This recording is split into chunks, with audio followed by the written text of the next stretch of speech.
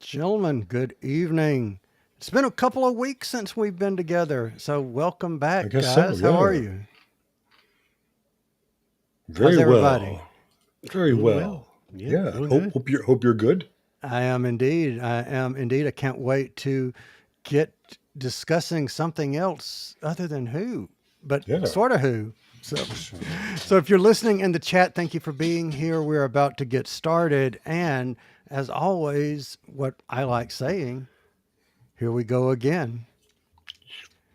The Discussing Network presents Discussing Who, a Doctor Who podcast. I'm Kyle Jones, and I want to start this episode by welcoming back Clarence Brown.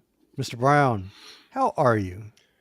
I'm doing well, man. I tried to do my Jack Harkness get up, but it kind of didn't work. I have, of course, the shirt. I could not find my suspenders.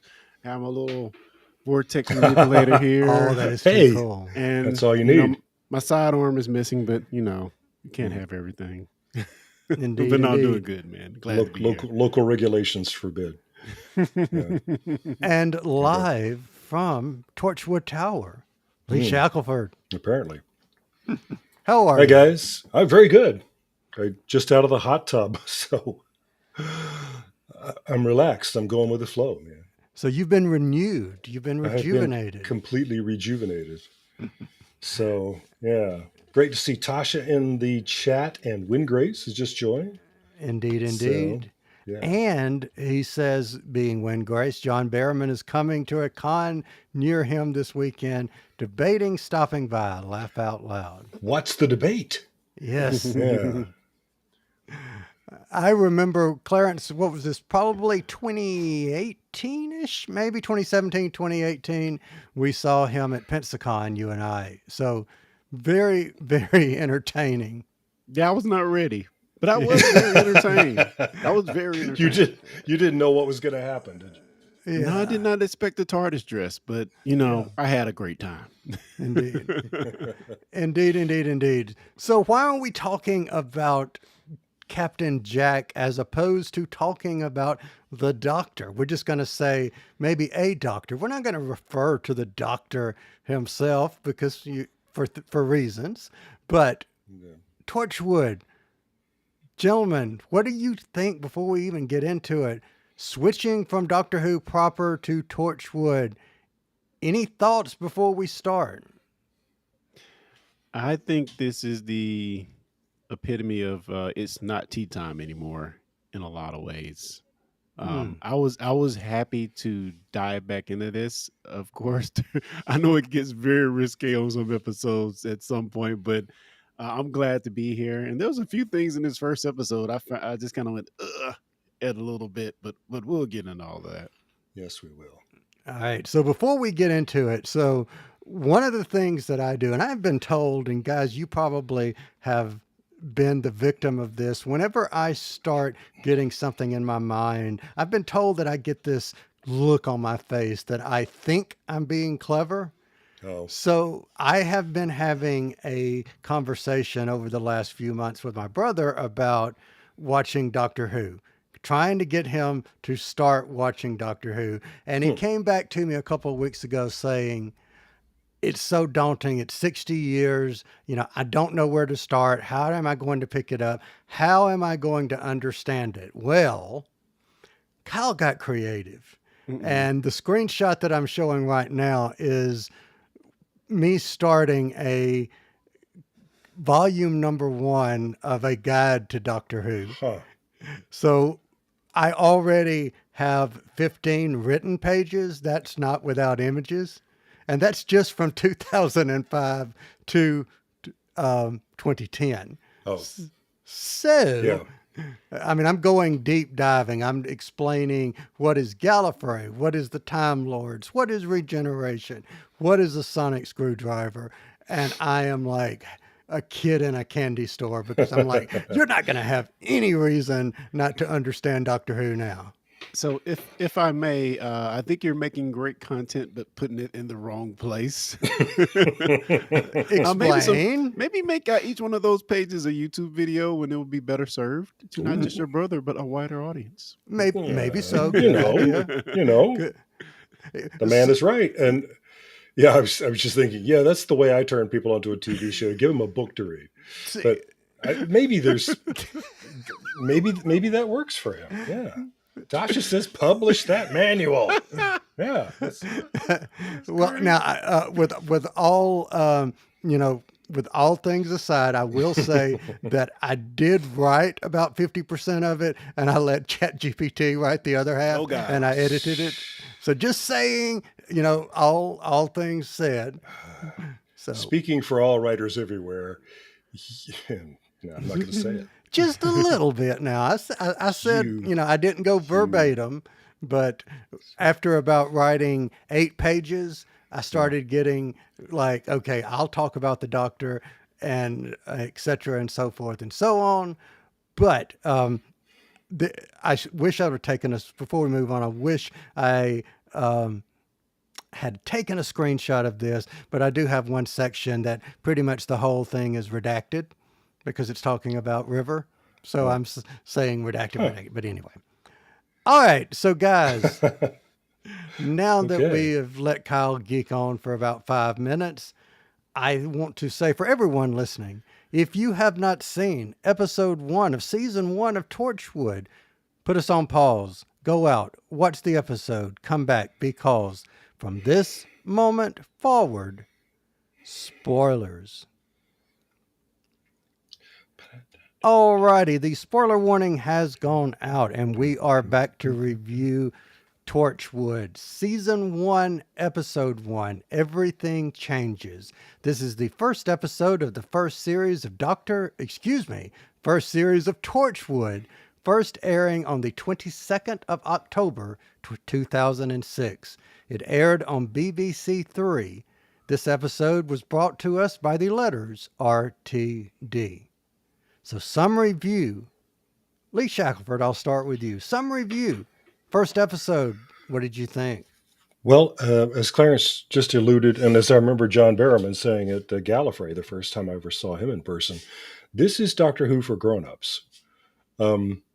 He was booed at Gallifrey when he said that by a room full of Doctor Who fans, but this is Doctor Who for grown-ups. It just is. And yeah, it's. I think I had forgotten just how, well, sometimes brutal that the show can be. Like any other, it is basically a British procedural. It's a cop show, right? It starts with police and Sacco on the scene, and that could be the beginning of almost anything, and you just don't. It just doesn't go where. If this was a Midsummer Murders, that's we're not going to bring anybody back from the dead. So, Indeed. Yes, more mature. Tasha's saying. I think maybe that's such a finicky word, isn't it? They say mature language, but they're talking like kids. you know what we mean. I don't find that mature, but yeah. And speaking of mature, Clarence Brown, what do you think? Are you saying I'm a mole? Is that what No, you're saying? I was giving you a compliment. That's well, that mature means old too, doesn't it? It's like, yeah, so many meanings. I am having fun diving back into Torchwood. I'm trying to remember exactly at what point I started watching Torchwood. I'm thinking it could have been when I went through my entire first round of seeing New Who, so I caught up. I think I jumped over to Torchwood because there was nothing new left, if I remember correctly. But I remember loving this series, and it felt so great being right back in it, seeing some of these characters that I haven't seen in such a long time, and I really enjoyed before. It was really great getting back into it. Now, that being said, this is the mature version of Doctor Who, has been stated before. Some questionable things happen, but also some really fantastic and cool things, some really concepts setting the ground rules for how some things work. And ultimately, I really enjoyed this pilot or introduction episode to the series. So for me, it was interesting getting back into it because I think we've said offline that we've not, any of us, revisited Torchwood in quite a while. And it wasn't because I disliked it. It was just something that I didn't revisit. And I remember watching it through the first time for every reason that you guys said and enjoying it. I thought it was a good watch and I enjoyed watching it. I'm curious as we go through these episodes to maybe ask myself again why I haven't gone back, other than the fact of it doesn't have the doctor in it.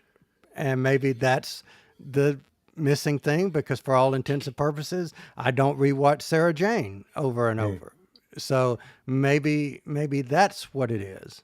But before we move on, I want to bring up a chat comment from Larry. Larry says, Torchwood, it's still too soon. Not quite sure what that means, but Torchwood, it's still too soon. One of the best shows on TV, amazing representation, and just an amazing show.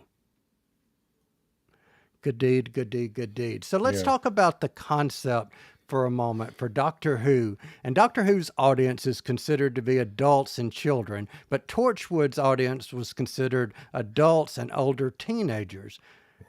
Just in this episode, could you tell a tonal shift? And Lee, you're shaking your head. I'm assuming that's a yes.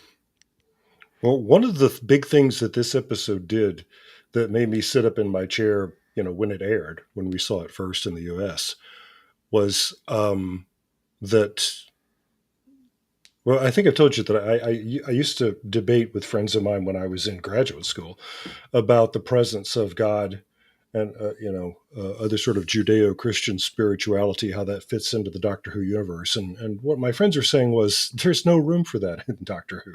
That clearly from the beginning, this has been part of the idea, is that those are myths, those are fables, this is not reality. Well, in this episode, we establish it's canonical. What is on the other side of death? I saw nothing. Nothing. So there, end of debate, right? Yeah. Well. And I just remember sitting up and going, wow, if this is supposed to be Doctor Who canon, then okay, that puts a lid on that, doesn't it? Yeah. All righty then. Yeah. And then at the end of this episode, there's an on-screen pistol suicide, which I don't think we've ever done on Doctor Who. So, and that, we haven't even gotten to the sexy stuff yet,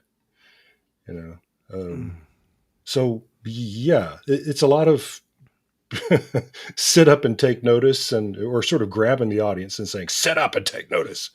It's, All right, Clarence, what about you? What was your thoughts on this? And did you see this tonal shift? Definitely a tonal shift. I feel like it was a spinoff in the true sense of the word, where, well, maybe harkening back to older shows when one character goes off and we create a new show.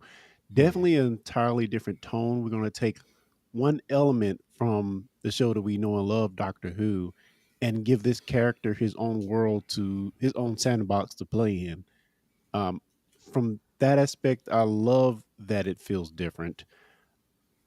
You can, for the most part, kind of watch this and only know small parts of Doctor Who and still it'll make sense to you. I mean, especially from this pilot. I mean, definitely if you know Doctor Who, there's going to be some things you'd be like, oh yeah, that's really cool. Or I saw the hand, that's cool, But if not, I think you can still watch it and still kind of get the gist of the broader Doctor Who world, if that makes any sense.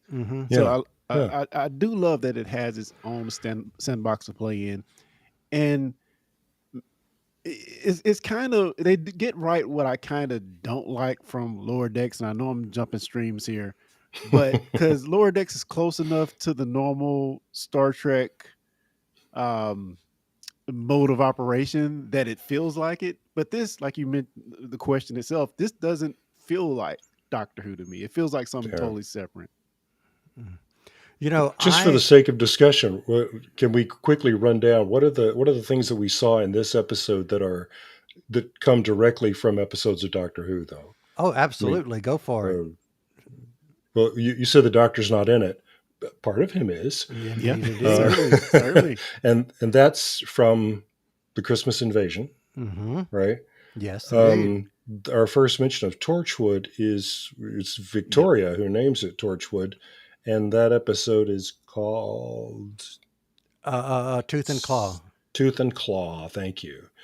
So she proclaims the creation of Torchwood, and its mission is to keep people like the Doctor away. Mm-hmm. Yep. This is interesting. And then, of course, the Doctor dances.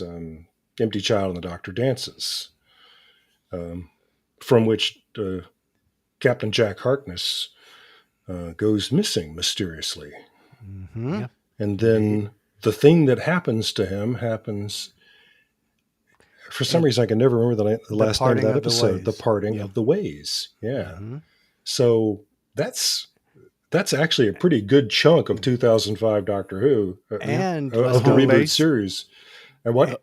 The whole premise of this, the whole base, why we're getting these leaks or these aliens coming up from the surface. Oh, is the rift. The rift in TARDIS Cardiff. That's right. Yeah, Mm-hmm. that's right. And from season 2 of 2006 of Doctor Who, the fall of Torchwood, because they referenced the fall of Torchwood. That's right.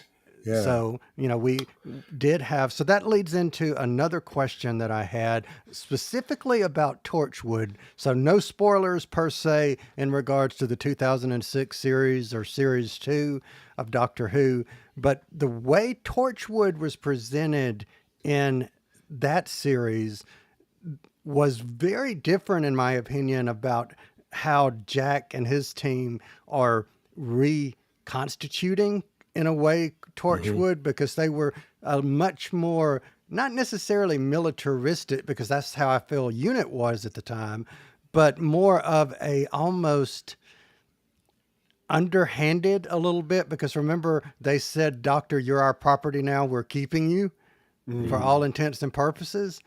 Thoughts on why RTD may have decided, let's repurpose Torchwood that we made look bad as a spinoff? Other than the naming of it being Doctor Who switched around. Yeah, it is an anagram. Yeah. Yeah, I think they kind of explain that in a sense here, where we're saying we have different divisions or different parts of, this is Torchwood 3 specifically in this series. So to me, that was enough of an explanation to me that said that, we're kind of the same, but it may be run a little bit differently. And honestly, it's a thing I would love to see more in UNIT, because, you just feel like there's one unit and that's it. I never feel like there's different parts to it. So I actually like that, this is Torchwood 3. Those other parts may run he mentioned the places, I can't remember. They run a little bit differently. This is how we run it here. That's kind of the tone that I got from it. Yeah. And in the Christmas Invasion, it's Torchwood that shoots the Sycorax ship in the back and causes the Doctor to, deliberately bring down the Prime Minister. So they had that kind of power and could be dialed up by the Prime Minister and say, we know do who this. She is. We know, yeah. And doesn't she look tired? Yes.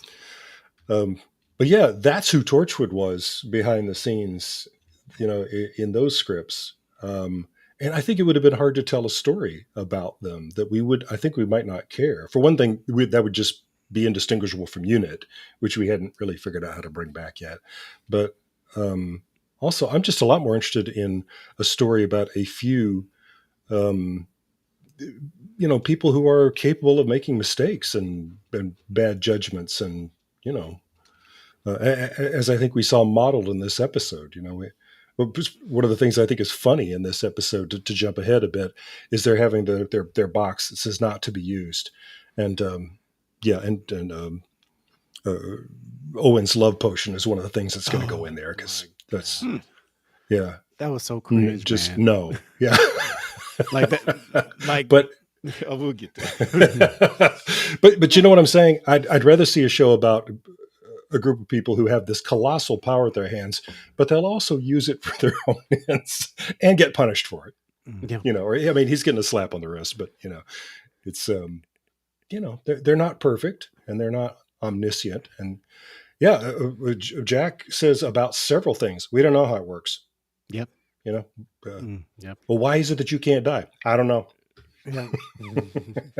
And maybe the question and the conversation we just had is one of the reasons why he chose the name, because it creates interest of, hey, aren't they the bad guys? Why is Jack working with the bad guys? Yeah, yeah, Oh, let exactly. me tune into this. I want to find Right. out.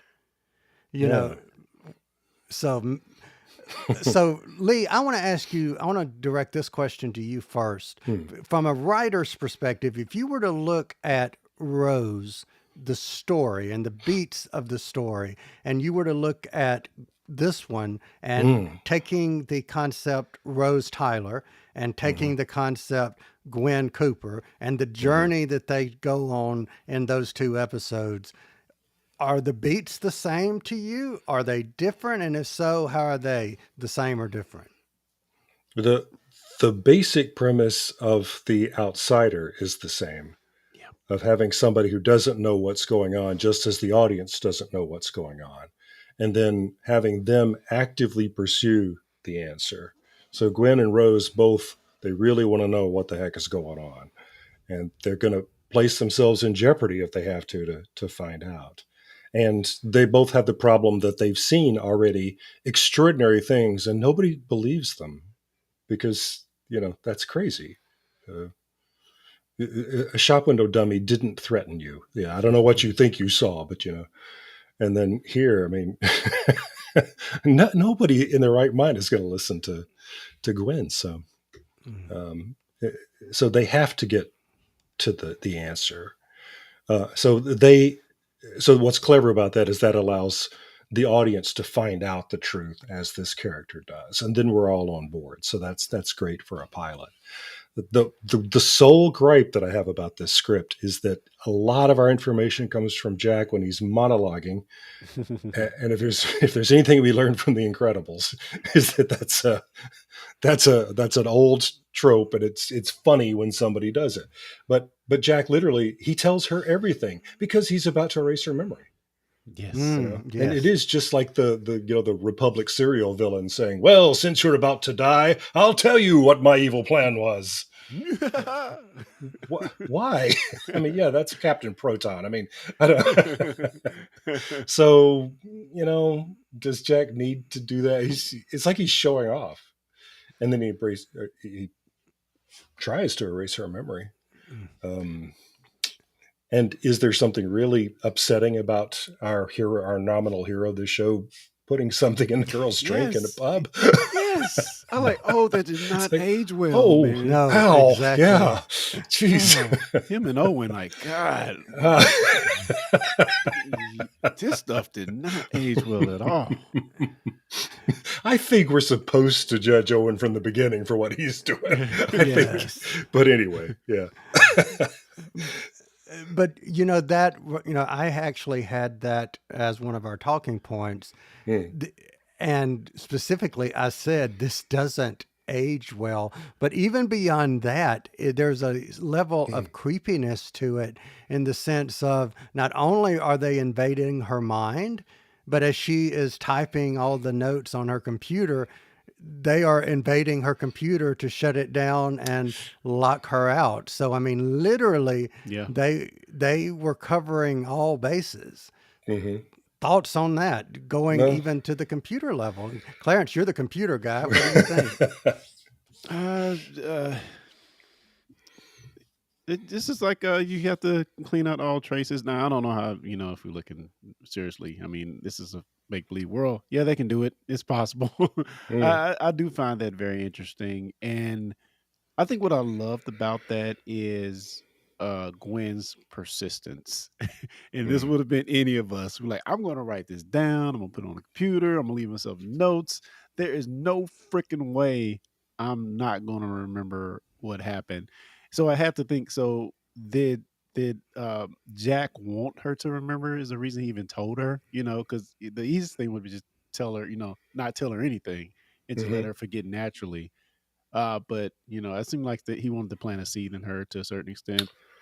Uh, but yeah, I found all that very fascinating, and it was interesting seeing Mr. Jones there.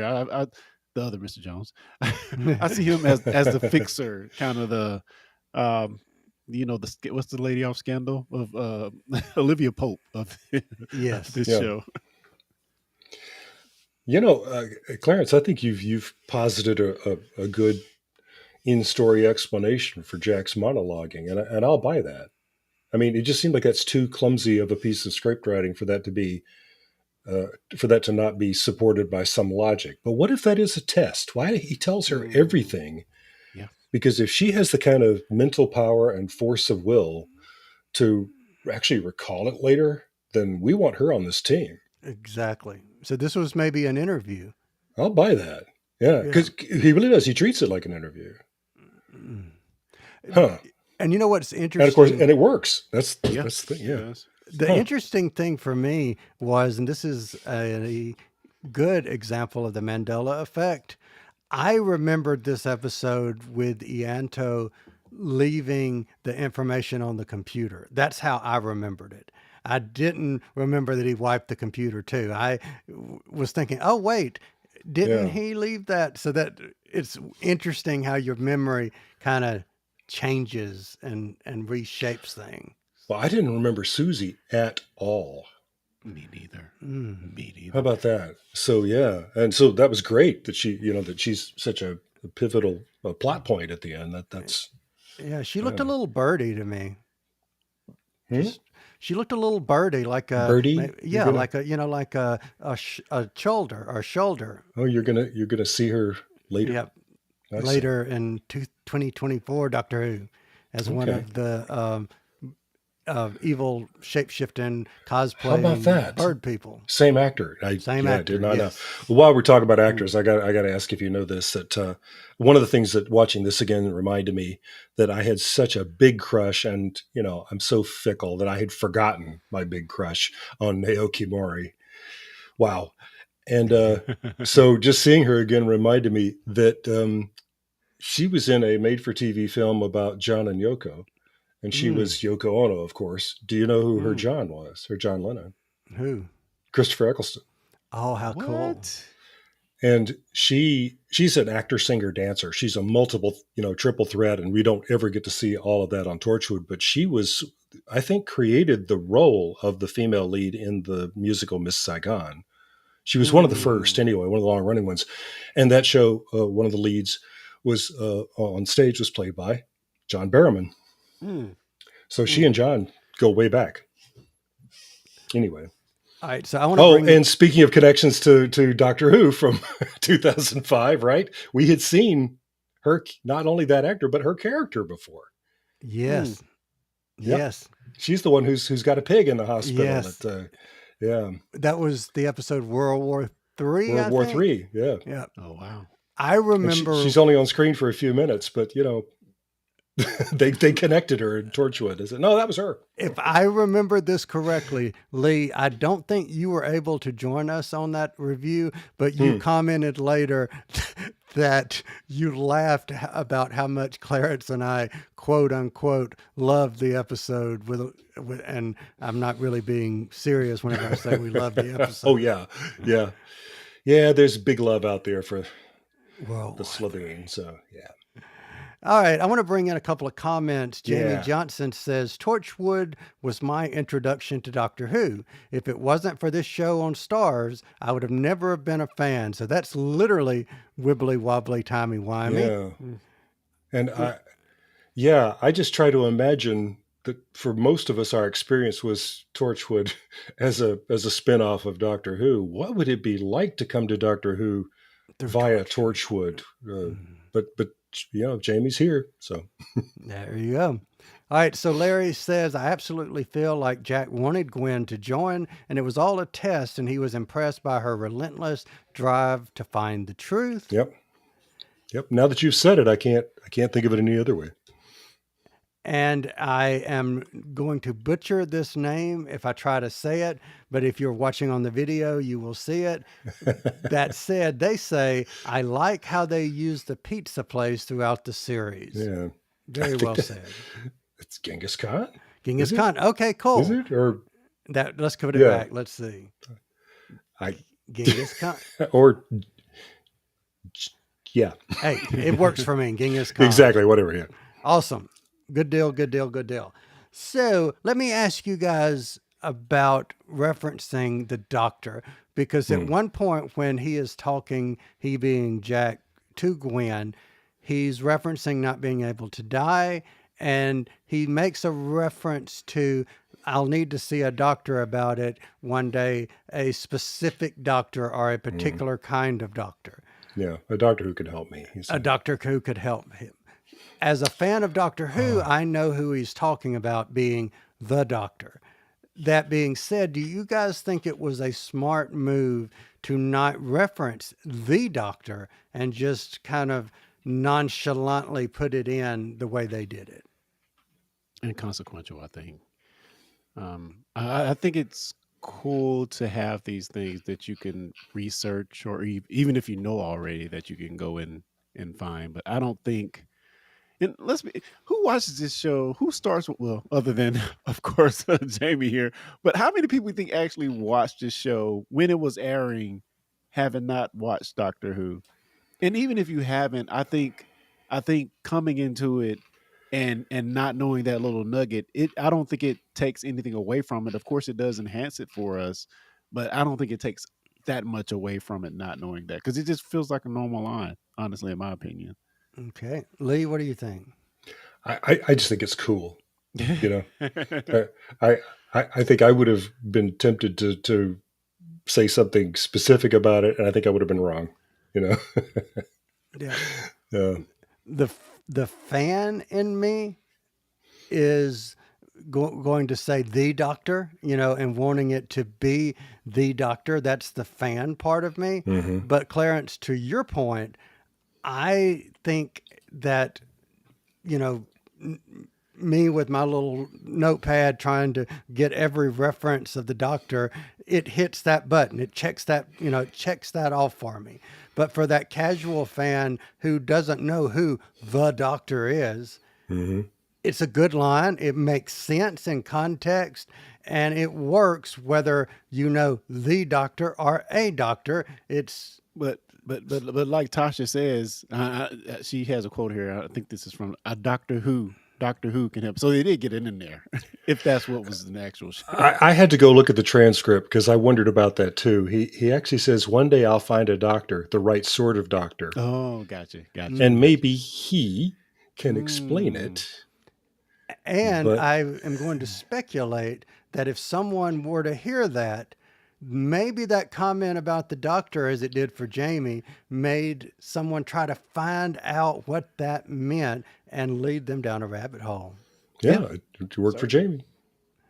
And Larry says, this is when I first saw Indira Varma, and then later to Okay, see her on Luther, Game of Thrones, many other shows, and to see her come back to Doctor Who last season was amazing.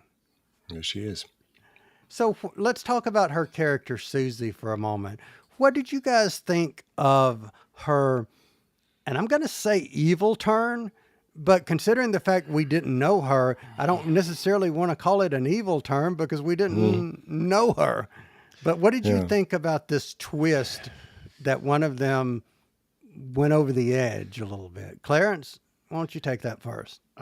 In the pursuit of science, I Yeah. think is the feeling I get here. hmm We've seen the story before of scientists who just take it too far, and in her case in particular, I guess you could say all their cases go. We find that they all been taking taking trinkets to their respective houses and doing things. It was just her fascination with figuring out how this alien tech, part of their job is to pick up alien tech that's hanging around and confiscate it. Just a pure fascination of how this alien tech works. And we find out that the more violent the death, the better the tech works to revive and get information. So Stone Cold, yes. Heartless, yes. But she was a scientist, just went about it the total wrong way. Uh, but but yeah, I found the character very interesting though. All right, Lee, what did you think? We don't get to know her very well, but I'm with Clarence that is very interesting that somebody would have this technology come into their possession and then they would turn into an obsession of how to make it work, even if it costs other people their lives. It's for science, man. Yep. And this is something that I have really enjoyed that they pursued in the building the Avengers stories in the Marvel Cinematic Universe. It's like, let's get serious about the fact that we just wrecked a bunch of alien spaceships out here in this battle in New York, and there are going to be people picking all over that. Yep. Don't think there wouldn't be. And some of them are going to go on and cure cancer, and some of them are going to become the Raven and or the Vulture, and because that's what we do, and so that's part of Torchwood's job, right? Is to find this stuff and keep other people from playing with it, but they're human beings too. They're somebody inside your own number is going to take it too far. And we saw her doing it on a big scale, and we got to see Owen doing it on a little scale. Yeah, it interesting that we find them using this technology for their various purposes. And Gwen, well, love, we hadn't talked about it much, but I love the character, by the way. So great to be back in her she's just presence. great. But she's like, why aren't you using this stuff to help people? If we can talk to people after they've been killed, we could solve cases. We could do so much good. And she takes Jack to task for that. So yeah, using the technology in not the right way, and maybe just need a little bit of steering in the right direction. And the thing that got me about all of this was, and even with not Owen, but who is the guy that had the mist? I can't remember the character's name. That had the spray bottle stuff. That's Owen. Yeah, Owen. Owen. Okay. Mm-hmm. Reese is her husband. Okay. Her boyfriend. So even with with Owen having that, you don't know what exactly that's going to do. So whether it could have worked on one person, you could have had it where it's working on everybody. And that's right. So there's good consequences per se as what was his scenario that he had, as opposed to what if you were in a room of 50 people and all 50 of them were coming at you at one time. So, that not necessarily a good thing. So, right. Oh boy. Jack doesn't use that stuff because he don't need it. He don't need it. He's Jack. He's Jack Harkness. All right. So, gentlemen, I've come to the end of my notes, and I'm curious if either of you have any other notes before we get into our favorites. Lee, anything else from you before we get into our favorites? This episode gives us a little bit of support for Donna Noble, and I appreciated that. That was not the purpose at the time, but looking back on it, it's easy for us to judge Donna because there was the Christmas invasion and she didn't notice, and a lot of these things happen. There were giant spaceships in the sky. There was a battle of robots at Canary Wharf. Yeah, I was indoors. I was watching something on TV. She just these things just pass her by. But from Reese, we get a little backstory there. We get Gwen talking about Reese and saying that people in the UK have been told that there's a conspiracy theory about it, that there was psychotropic drugs in the water that made us all hallucinate these things and so on. So apparently that's the official explanation. And don't think Torchwood didn't have a hand in that. But so that there's even a passing comment later on where Reese is talking to his mother, I think, and he says, it's all that Christmas stuff all over again. I was like, for God's sake, leave it. So some people are still not convinced. They still think something else happened, but people will debate it forever. And so apparently that's the in-canon explanation for what's happened, is that people didn't change overnight because of this alien invasion. Most people think it didn't happen. And so, hey, Donna's just one of those. It's okay. She's going to learn differently. But, Wonder whatever did happen to Donna Noble. Yeah, we'll find out. All right, Clarence, anything else from you? That's why I love Gwen Cooper. She's awesome. Isn't she great? I love the fact that, well, first off, let me say that Torchwood headquarters looks like a mess. I don't remember it being that. It's basically they're the turtles, right? They're in the sewer. Well, that's true. Yeah. And I love that they have the cells there, the holding blocks there. I thought that was very interesting, and we're going to keep going back there We'll throughout see this. those again. Yeah. Yes. So I like that. I love that it's so grimy, so grimy. We the pizza place was mentioned in the chat. I love that the way that Gwen gets in. She is saying all the variations of Jack Harkness to try to figure out how to get into this base via the pizza shop, and then she just uses Torchwood, and lo and behold, Owen has been using that to get pizza there. So that was the way into the headquarters. That mind you has a pterodactyl just flying Yeah. around. Love it. Love it. Yeah. It's pterodactyl. Yeah. So good stuff, man. Good stuff. And Lee, I forgot to put this picture up, but I want to mention that you've been to Torchwood Tower before and taken a picture. I sent you that in the hope that you put the picture up here now. But yeah, I went to the waterfall tower and had to get a picture of me trying in vain to find that door there, but I can't see it. Yeah. Anyway, you weren't standing on the right platform. I was. I guess not. But yeah, it is that part of the central square of Cardiff is just a staggeringly beautiful place, and I encourage anybody and everybody to go if you've never been. So you can see why they want to use that as sort of the centerpiece of this show. Is that you're always going to have to go to City Center and see that waterfall sculpture, and then just dream about what's underneath that unholy mess down there. And I will add that for next week. But before we move on to our favorites, go ahead. Yeah, I wanted to say that you mentioned that. Like, what a wonderful use of showing how this perception filter works. Yes. And we get the climactic moment at the end where Susie wants to kill Gwen and Jack is standing right there. We're like, oh, she can't see him. Yeah. She can't see him. It's like, you think that's going to work on me? Oh. Yeah. Oh. Yep. It's beautiful. And isn't this the first time on screen that, other than when Jack was resuscitated, this was the first time we see Jack actually come back? Right? There's that picture. There's the picture. Cool. See, Clarence has got it. Yeah. Yeah. That was in 2013. Incredible. How cool. Yeah, and he gets to do the Wolverine thing of have a bullet in his forehead and just sort of pop it out. That was cool. Yeah. All right. So really, really quick, because I just love this comment. Someone in the chat said, SA1989. Hi, guys. I love your podcast and was wondering why K9 was removed from your spoiler warning, because like Kyle loves River, I love K9. So the answer that's from SA 1989. Yes, indeed.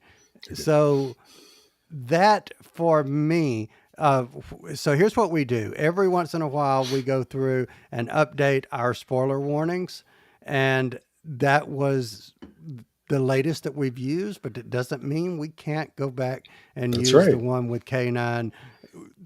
Honestly, the reason we kind of moved away from it, I had, for some reason, because I think I just like WandaVision, I just had that, and I killed Sparky too at the end, which was kind of getting old. But hey, maybe it's a time to bring it back, since we are getting Agatha all along in the next couple of weeks. So maybe it's time to bring it back. But that's right. So, favorite scene, gentlemen. Favorite scene, Clarence. What was your favorite scene?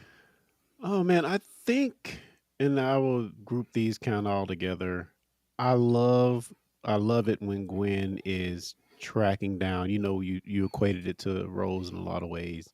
I love it when she's trying to figure out the mystery. So all those scenes I thought was great. She's even using her powers as a constable to, do a search and run this plate. And I just thought all of that was real fun and real interesting. And, like Lee mentioned, we get to go on a journey with her to figure things out. So I thought that was fantastic. All right. Lee, what about you? Favorite scene? Just literally following Gwen from where Yanto, lets her go in to deliver pizzas, and the camera's just with her, tracking all the way down into Torchwood 3. I just love all that. And of course the team, we'll find out, are playing a joke on her by pretending like they don't notice her at all. And They all knew she was there to start with. Like Yanto wouldn't have told them. So, yeah, I just love that whole reveal. What a great way for us to get to see Torchwood 3 for the first time. Yep. You know, that was actually my favorite scene when she enters, Torchwood for the first time. That whole sequence, I just think that was well done. It just set the tone, and it took away that these are all really, really uptight, and this is all professional, because that's how they had shown them before, almost Right. Men in Black type. Oh yeah. Yeah. And then realizing, no, they're really just human, just like the rest of us. Yeah. That was really, really cool. So before we move on to favorite quote, I want to answer a question from Win Grace. He says, does anyone remember if Susie was promoted as being a part of the full-time cast? He seems to recall that she was. And yes, I believe she was in all the promotional material. And I think the twist was you had someone that looked to be a full-time cast member get killed off in the first episode, which I think helped to say, don't get comfortable, expect the unexpected. Right. And so I think that was intentional misdirection, so to speak. Especially if you've just watched the episode, then you know that when you kill somebody, they're dead. Well, okay, except if they do the glove, or if you're Jack. Okay, so when you're dead, maybe you're not. Okay, we don't know. So, All right, so favorite quote. Lee Shackelford, starting with you. Favorite quote. This is just an off-the-cuff thing from one of the other cops. But when she's asking about Torchwood, he says, I bet you 10 quid they're DNA specialists. It's all DNA these days, like that CSI bollocks. CSI Cardiff. I'd like to see that. They'd be measuring the velocity of a kebab. Oh, boy. Love you, All right. RTD. Clarence, favorite quote. Oh, let me add to what Lee just said. I loved all these aerial shots of Cardiff. I just love those. I don't know why. Yeah. Never been there. Beautiful city. I loved when they were talking about the lift, and Gwen says, invisible lift sounds better. Jack says, that's so Welsh. Gwen said, what is, Jack? I show you something fantastic. You find fault. Yeah. All right, so my favorite quote was, the 21st century is when everything changes and you've got to be ready. And I didn't really get why that stuck in my head for some reason, but that's when everything changes. And then I realized, oh, that's a paraphrase, even though it was a different writer at the end of the 11th hour in 2010, when Rivers says to the doctor, this is when you will find out who I am, and that's when everything changes. So I think that's why that stuck in my head. Yeah. But totally different concept, but some of the wording was the same. But it makes a good title for the episode. So, yeah. Yes, indeed. Yeah. All right. So for everyone in the chat, if you want to give us your rating 1 out of 5 of whatever, we will read over those after we give our rating. So Clarence, starting with you, what's your final rating? I think I'm going to go with about a 4.4. I'm intrigued. I want to watch more as originally I did. I just kept watching it, eating these up. I thought it was fantastic, and I can't wait to see where these characters go. So 4.4 for me. 4.4 what out of what? Oh wow, 4.4 indoor pterodactyls out of 5. Yeah. They've apparently let to go outside every now and then, from the judging from the last shot of that episode. Oh yeah, he's going to come back. He's going to come back. Nobody sees it, So yeah. All right. So Lee, final rating. Oh, this is easy for me. I just think it's a home run. They just knocked this out of the park. So I'm giving it 5 10th Doctor hands in a tank. Okay. 5 10 Dr. Hands in a tank. All right. Totally Metacrisis there. So, you know what? I'm going to go 5 with it, because I'm so glad that we are going through Torchwood. So very, very glad. I'm going to give it 5. And I don't know why I'm saying this, but 5 spray bottles out of 5. What? I don't know. That was just funny to me for some reason. It's a funny business. Yes, literally. So 5 spray business. bottles out of 5. So looking at the chat, I'm seeing it 5 Range Rovers from Larry. Oh yeah, the Range Rover that- Suite. The Range Rovers, How yeah. cool is that? And Tasha from After the Snap says there's a perception filter on this whole episode for me. I remember nothing. So Yeah. she's giving it 5 perception filters or 0 Yeah, because we don't know because she doesn't remember. she's got 5 doses of retcon. Indeed. Oh yeah, he did say that. Oh, that's good. That's I good. love calling that retcon. That's just genius. So, gentlemen, one last thing, and something I forgot to do at the very end, or at the beginning. So I'm going to do it at the end. Lee Shackelford, what do you like telling people? Well, it's still true. You could have been doing anything, but you decided to spend this time with us, and we really appreciate it.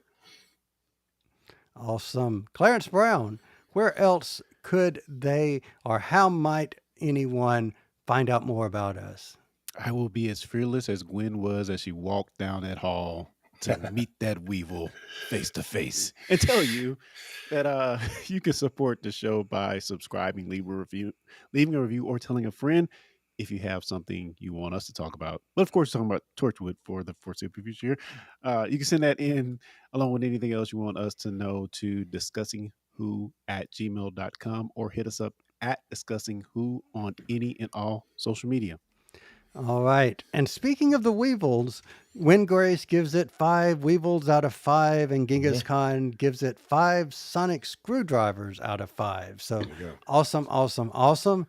And for everyone in the chat, as always, thank you for joining us live and watching us.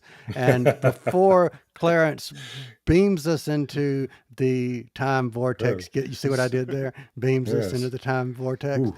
So, cha-ching. So before we do that, as always, thanks you everyone for listening or watching. And as always, we will be back next time.